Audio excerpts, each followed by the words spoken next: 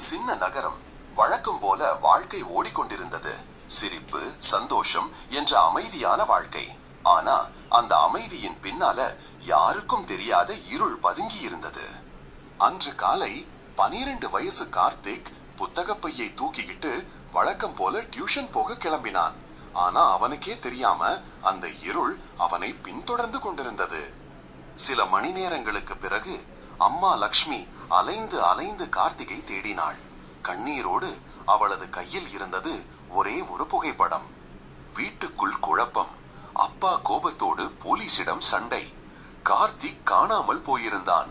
அண்ணன் அருண் அம்மாவை சமாதானப்படுத்திக் கொண்டிருந்தான். ஆனா பதில் இல்லை. அந்த இரவு அருண் கார்த்திக் படுக்கையில் மறைத்து வைத்திருந்த ஒரு டைரி கண்டுபிடித்தான்.